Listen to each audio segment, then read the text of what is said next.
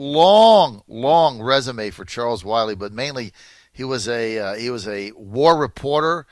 Covered the Vietnam War, served in World War II. He's been a speaker for many years, spoken around the world, college campuses, was caught behind the Iron Curtain one time, was in Castro's jail. I mean, I can go on and on and on. We could spend the next 20 minutes talking about his resumes. He's still speaking at college campuses. And Charlie and I go back. I'm 62. I met him when I was 17, so that's 45 years. We go back. He was running for Congress back then, long time ago, and he's still around and he's still making noise, and he's very much involved in everything that's happening today. We really want to get his take on some of the nonsense going on.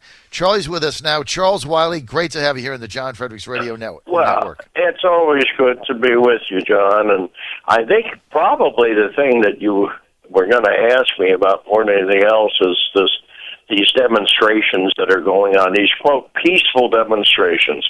You know, yes. It's pretty easy to decide what's going on here by looking at other demonstrations in the world today and looking at past demonstrations in the United States.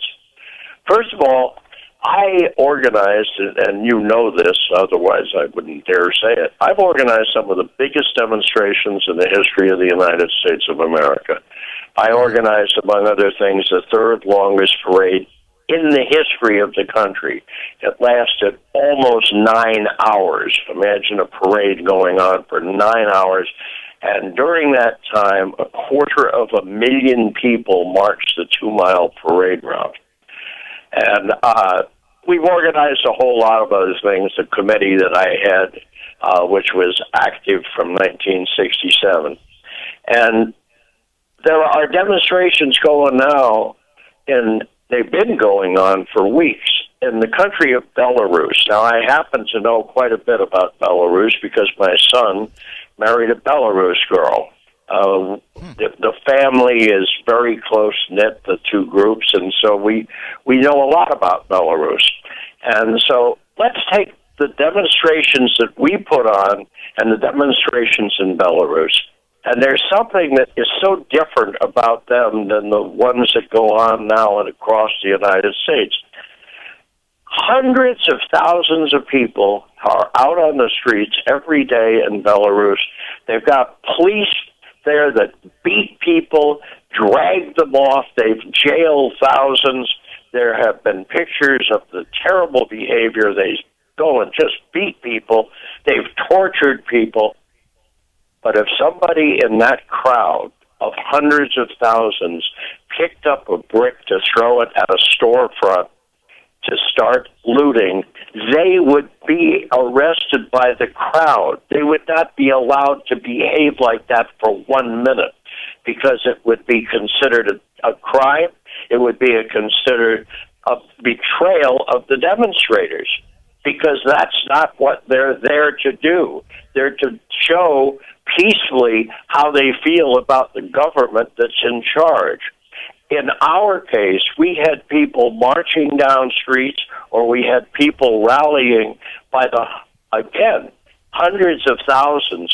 If anybody ever picked up a stone to break a window that took one step into a shop illegally, they would be grabbed by the people and held for the authorities to arrest.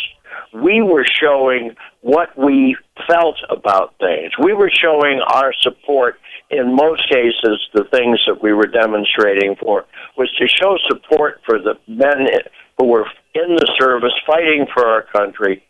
We were showing our support for the veterans who would come home. We would never have given one thought to doing any harm to anything, to property, to people, to anything like. Therein lies the difference, right, between the mobs and the riots and the looting that we have. Of course. When you have people who are looting, when you have people that are setting things on fire, we have things like that, then you have lost control, and it's no longer a peaceful protest.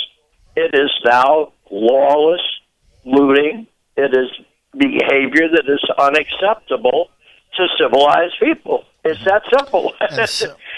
And our media doesn't seem to get that. Well, they get it. They don't want to get it, so you get the fake news. Now Antifa is saying there's going to be a 50-day siege of the White House. What does that mean? Well, I mean, what we're doing, what is happening, you are in the early days of revolution. This is not demonstrating peacefully. This is the opening shots of a revolution. When you have the authorities on one side, and when you have the people on the other side, that is the beginning of a revolution. Now, I mentioned that in Belarus today that the people would never start breaking up stores and things.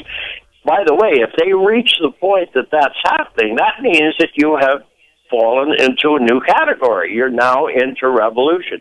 And over there, they are in the mode of revolution. And honest revolution doesn't even involve that. But what has happened is that when you start to put the police and the security authorities on one side and the people on the other, then you are in the early stages of revolution. During the time that the demonstrations that I was organizing, there was nothing like that. The police were all cheering on the demonstrators and saying, hey, if I wasn't in uniform, I'd be out there with you, and things like that. I mean, everybody got along fine. There was never a thought that the police were the bad guys and the demonstrators were against them in any way or form. They were all together. They all believed in the same causes, and one side, if you want to put it in sides, one side was demonstrating and the other side wasn't, but they supported the demonstrators. Now, it's different in Belarus because the people are against the authorities there, and so the fact that they are not breaking up the countryside, the fact that they're not breaking up stores and looting and so on, doesn't mean that they're not against the authorities. That is the opening stages of a revolution. And so over here, we are simultaneously in the opening stages of a revolution because it's the people in the demonstrations against the police, and it is also a situation of mobs who have nothing to do with protests or even have to do with revolution. They are just mobs that are destroying things. So what is their goal? That's what it's all about. What's their goal? When I grew up, I remember you did those parades in New York. I participated in them with you. They were huge. I also remember, Chicago '68. I remember the Vietnam protests. But they both had a goal. I mean, you had a goal, which was you guys were, back in the war. It was an anti-communist movement. And the anti-Vietnam demonstrators, protesters, whatever you want to call them, they had a goal, which was to get us out of Vietnam. There were specific goals there. So as a young man, both made sense to me. Now I'm 62 years old. I look at these riots and the looting and the burning down stores. And every night in Portland, Seattle, Washington, D.C., I couldn't get home the other night. What is their objective? The objective is to keep you from getting home, to just cause grief. And basically, when you are doing that, it is the goal, if you want, is total change. It means taking away the power of government, in effect, through the security forces by changing who is going to control the streets. And that's a power play, which is a form of revolution. And that's what we're in. We're in the early days of revolution, and if we don't get it under control fairly soon, you are going to have big trouble because eventually there's going to be a reaction, and the reaction can be pretty nasty, and we could end up with real trouble in this country. And when you say that there's no goal, the people that are looting and doing that kind of thing, their goal is to loot. Their goal is to get stuff and to break things. And then there are people who are out there breaking things just to get rid of their problems with mommy and daddy, people who have every type and kind of personal problem in relationships and how they feel about themselves. I mean, you could put an army of psychiatrists to work talking to all these. You notice how many young girls are involved. I read an article the other day by I guess it was a psychiatrist, just kind of analyzing the whole thing as to why they're out there the way they are in such big numbers, and so there are all kinds of things at play. But the people that really know what they're doing are in a different mode altogether. It's not a question of their arguments with their fathers, and they may have had those too. But those people have got a goal, and that goal is revolution. By the way, if you were in the Chinese leadership and you were looking at what was going on in the United States, and you say, we're in a struggle for world domination here. One or the other is going to win this thing and be the number one power in the world. And they must just look at what's going on here and smile. Because when you take a look at how the Chinese youth feel about the future and how our young people that are out on the streets who are involved. Now, I don't know what the numbers are in the United States. I don't know what percentage of the young people are in the category of those who are demonstrating in their feelings toward the country and things of that kind. I think probably we still have a majority that would disagree with them. But so much of what they think is so scary. And I've been looking at this situation for many, many years. I was one of the first people that was in China after Mao died, but he was allowed in the country. I was there in 1979. I did a 10,000-mile trip through China, and in those days, Mao's chosen successor was in power at the time, so it was still a Mao China that I visited. And so I saw it then. I've been back a number of times, and I've spent time on college campuses here and befriended and spent time with visiting Chinese students. And the big difference, and the scary difference, is this. Chinese students, overwhelmingly, and Chinese youth in effect, overwhelmingly understand their history. They understand there's good and bad. They understand that the world was a very rough, tough place, and that terrible things happened during the period of Chinese history. But they understand wonderful things happened during Chinese history. They understand both, and they are proud of their country. They're not stupid. They know what has happened that was bad, but they understand that their country did all kinds of good things, and they balance it out, and they put the past in context. And insofar as they're feeling about the future, they think that their country has a good future, and they think that they personally have a good future. In the United States, among so many of these young people that are out demonstrating, they have a feeling of self-guilt and self-hate almost, and insofar as they are personally concerned, and they do not see that they have a good future, and they certainly do not see their country as having a good future. They look at their country, they have been brainwashed almost since birth by the academia, the news media, Hollywood, and the entertainment media, and so they look at their country and they see nothing but what was wrong, and so they're not proud of their country. They don't see a bright future for their country. They don't see a bright future for themselves. Well, when you have a clash of two civilizations, and they're clashing for, in effect, control of the world, it's pretty hard to see how we can win unless we can turn this thing around and turn it around soon.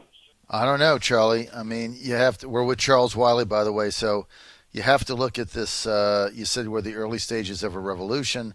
A lot of people saying that the mobilization of these mobs and protests is only going to get 5-10x as we get closer to the election. Now a lot of people are saying that because of the the number of mail-in ballots up to 40%, that there'll be no winner on election night, then the ballots will be counted, then you'll get additional protests in the streets. Is part of the plan here to have these street protests during the ballot counting to put pressure on people? I don't think that the when you say the plans and so on, the strategy or whatever, I don't think it's that specific at this point. I think that it is only that you want to keep problems. You want to keep the people on the streets as long as possible, and you want this thing to develop and get stronger and stronger. And so that's pretty much. In other words, there's no board of directors out there that's got a broad plan for the future. You have Right. Marxists who have studied Marxism, who have to some extent have been trained by other more senior Marxists, but the plan is not that specific. It's a general overall thing. I'm sure that if you talk to them, as you know, John, I used to study all that kind of thing. I listen to Radio Moscow every night to hear the latest propaganda. I read all of their organizational manuals. I know more about the history of communism than any of the party members do, I assure you. And so I understand where they are. This is at the very earliest stages with some people who have studied Marxism that are serious students, and then other people that it's just something that they're doing.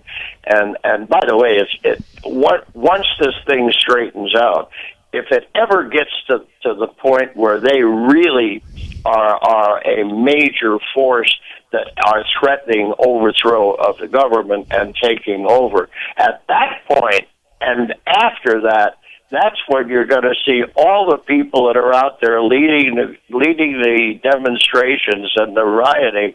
Those are going to be the first people that they purge. It always happens under that scenario, right? Always. Like whether it was the French Revolution, Revolution, yeah, Robespierre. And it goes down there. And by the way, you're seeing some signs of it now. I love the fact that there's 3 or 4 of these mayors that have been so pro-mob, and they're outside their houses or their condos. I guess the guy in Portland just moved out of his condo because he couldn't sleep at night, and he was keeping all of his neighbors awake, and he wrote a letter apologizing to the neighbors for having caused all this grief. And so now he's found a new place to live, so he won't have to be bothered with it. But of course, those people he apologized to, they're still there. And the shopkeepers whose stores were destroyed, they're still there. And so the mayor is gone, but it's kind of funny that the mayors of several of these cities are under the gun, and they are now major targets of the mobs. So there's already the first steps of Robespierre and thing. When you look at the original leaders of the revolution in the Soviet Union, virtually every single one of them ended up being purged eventually and assassinated. Except for Lenin. Executed. Yeah, every single one was executed except for Vladimir Lenin. That was it. Everybody else around the early stages all got executed. Yeah, well, Stalin managed to make it through, and he's the one that ordered the executions. Yeah, so you do have one thing that you can look forward to, and I think you saw maybe it was fate letting us know what's going to happen. Did you see the guy that threw a firebomb in one of the towns yesterday, and there was one of his comrades who got his shoes on fire and was running around with his shoes literally on fire going up his legs, and the guy was in a panic running, and I guess they finally tackled him because, of course, running was only making the situation worse, and they were trying to somehow get the burning shoes off of him before he was up like a torch. And so there's the earliest stage of the Mensheviks being burned up by the Bolsheviks. John Fredericks Radio Network. Always good to get your perspective, Charlie. We'll have you on next week. And